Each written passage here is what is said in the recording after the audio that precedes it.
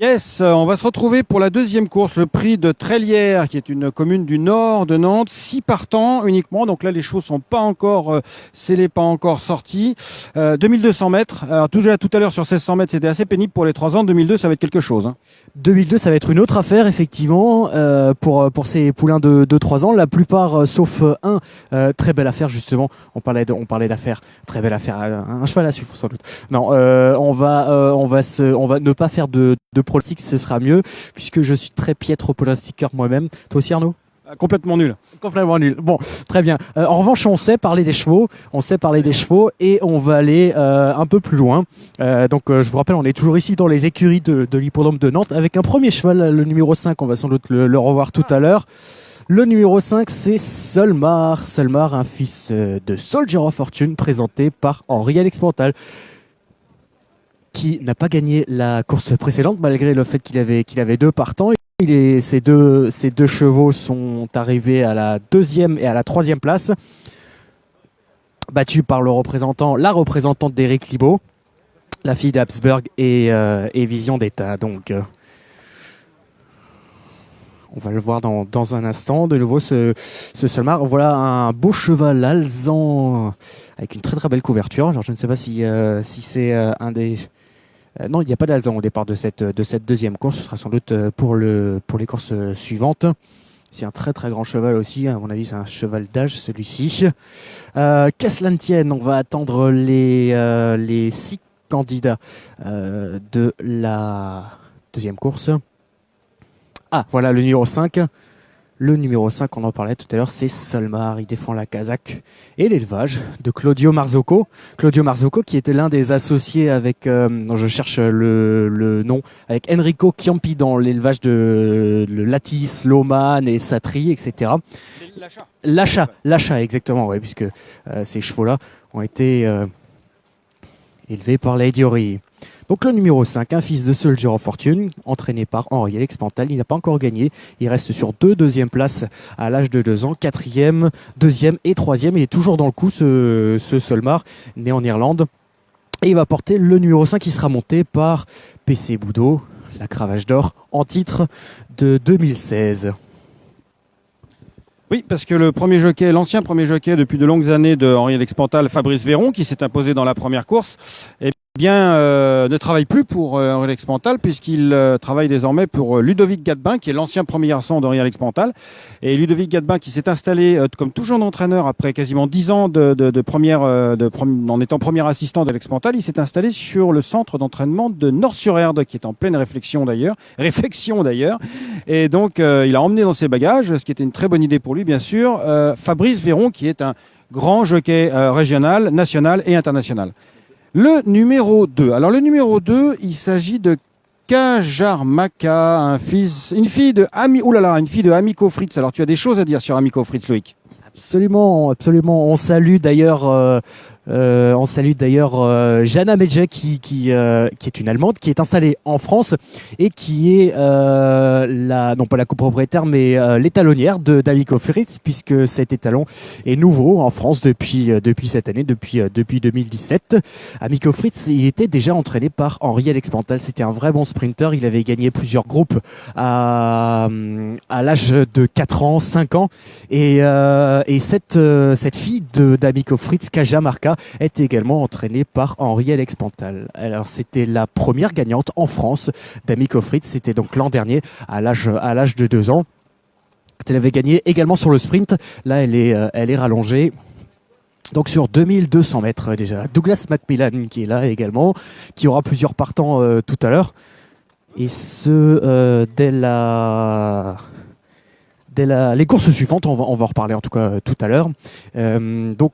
Kaja Marca, on l'a vu, c'est le numéro 2. Ici, le numéro 6, c'est Charmy Boy. Charmy Boy, un fils de My Boy Charlie, qui est présenté par Christophe Plisson, qui est plusieurs fois placé à l'âge de 2 ans. Ce Charmy Boy, il a été élevé par Michel Péhu dans le Maine-et-Loire.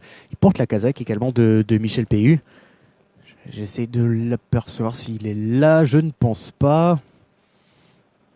En tout cas, Charmy Boy, donc, défend la casaque et l'élevage de Michel Payu. Le numéro 1 qui est juste derrière lui, c'est Très Belle Affaire, on en parlait déjà tout à l'heure, un fils de Zambezison, un fils hongre, il y aura 2 hongres au départ de cette course, c'est Très Belle Affaire et Charmy Boy qui se suivent donc pour Très Belle Affaire. C'est un fils de Zambezison avec une mère par Montjeu qui a été élevé par Denis Lemarié, c'est le frère de Patrick Lemarié qui élève dans la région nantaise également.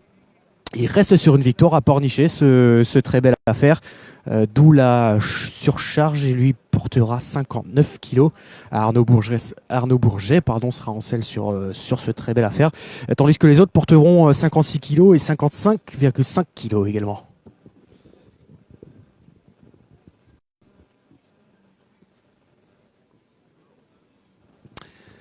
Alors, nous avons ici un entraîneur qui s'appelle Alain Couetil, qui est en train de regarder Roy Berg, le numéro 4.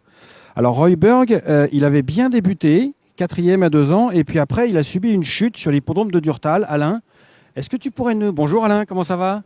Ça va. Est-ce que tu peux nous rappeler un peu les circonstances de sa chute ? Qu'est-ce qui s'était passé à Durtal quand il est tombé, Roy Berg ? Le cheval de l'extérieur s'est replié comme ça, puis bon, donc le mien a galopé dans les postérieurs, puis il est tombé. Le cheval est tombé ou c'est le jockey ? Ouais. Alors du coup, comment ça s'est passé ? Il a fallu lui redonner un peu confiance, j'imagine ? Le pauvre cheval, il est resté 1 mois et demi au box quand même. Donc voilà. Et là, tu as eu le temps de le ramener à 100% ? Gentiment, pas à 100%, mais enfin bon, le cheval a du travail, mais enfin bon, après, il faut voir son comportement en course. Merci Alain, qui vient de retrouver son jockey Adrien Foissier. Oui, alors donc une information très intéressante pour Roy Berg. Il s'était accidenté, le malheureux cheval, lors de sa chute. On parle bien sûr du numéro 4. Le 4. Il est où ? Il est sous la couverture noire. On va le voir arriver dans quelques instants. Le numéro 4, donc Roy Berg. Donc je vous rappelle les propos d'Alain Couetil, qui parle tout doucement, comme Alain Souchon.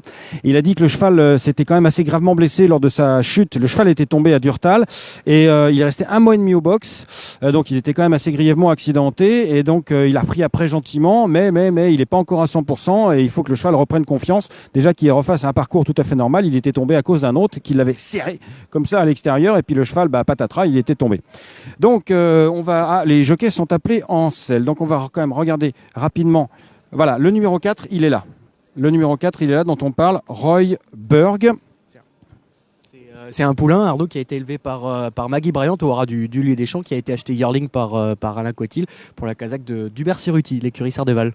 Très bien. Voici donc, on vient d'apercevoir le 3 Marlone, entraîné par Henri François Devin. Et puis on va se rapprocher un petit peu d'ici, parce que comme les chevaux vont pas tarder à sortir du rond de présentation, comme ça on pourra tous les avoir les uns après les autres. Ils vont arriver, les jockeys ne sont pas encore montés, mais on va se rapprocher d'ici, vous allez voir, et hop, on va se retourner avec nous ensemble, chers amis.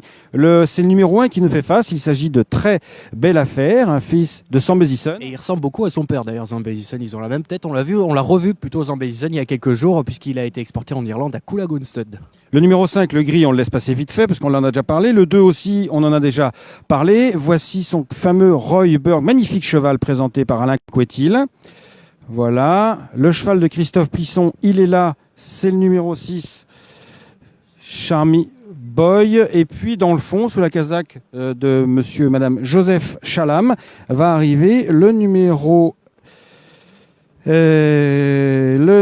3, Marlone, une belle fille de Martaline qui ressemble beaucoup à son père. Voici Zoé Fail. Alors lui, c'est Très Belle Affaire, voilà, monté par Arnaud Bourget.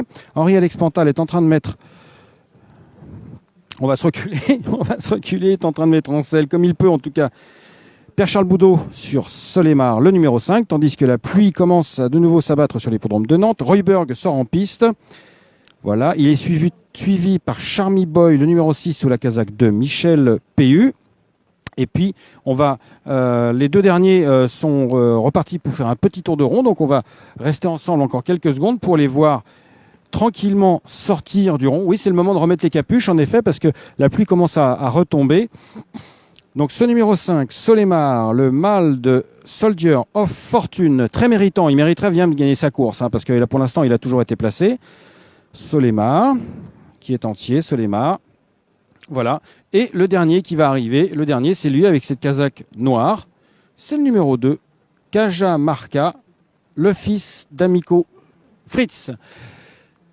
Alors, on va essayer de trouver un abri parce que la pluie commence à retomber sur cet hippodrome. Alors l'état de la piste, ça va pas s'améliorer, hein, l'état de la piste, hein, parce qu'il était déjà annoncé très lourd ce matin.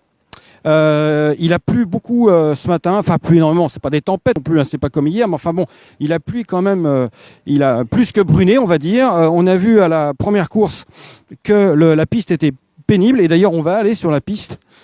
On va aller sur la piste, et je vais essayer de pas m'enfoncer sur cette piste parce que la piste est profonde. Bon, la piste de Nantes, elle est très conséquente, on va dire. Elle supporte les intempéries, mais enfin tout de même, là, c'est quand même quelque chose. Vous voyez, tandis qu'on est en train de remettre la barrière de sécurité. Voilà, la piste, elle est quand même, elle est lourde, hein, forcément, parce qu'il pleut. Donc, la piste est lourde. En tout cas, c'est sur cette piste que les 3 ans vont s'exprimer. Ils vont partir pas loin des tribunes, puisque là, les hommes de piste sont en train d'installer les stalles de départ surmontés d'un panneau Arcana. Et nous, on va se retrouver dans quelques instants juste après l'arrivée de la course, toujours en partenariat avec Lanker. La course, bien sûr. Voilà, c'est bien pour mon brushing, ça. Eh bien, vous allez pouvoir la suivre sur pmu.fr. Allez, dans quelques instants. À tout de suite.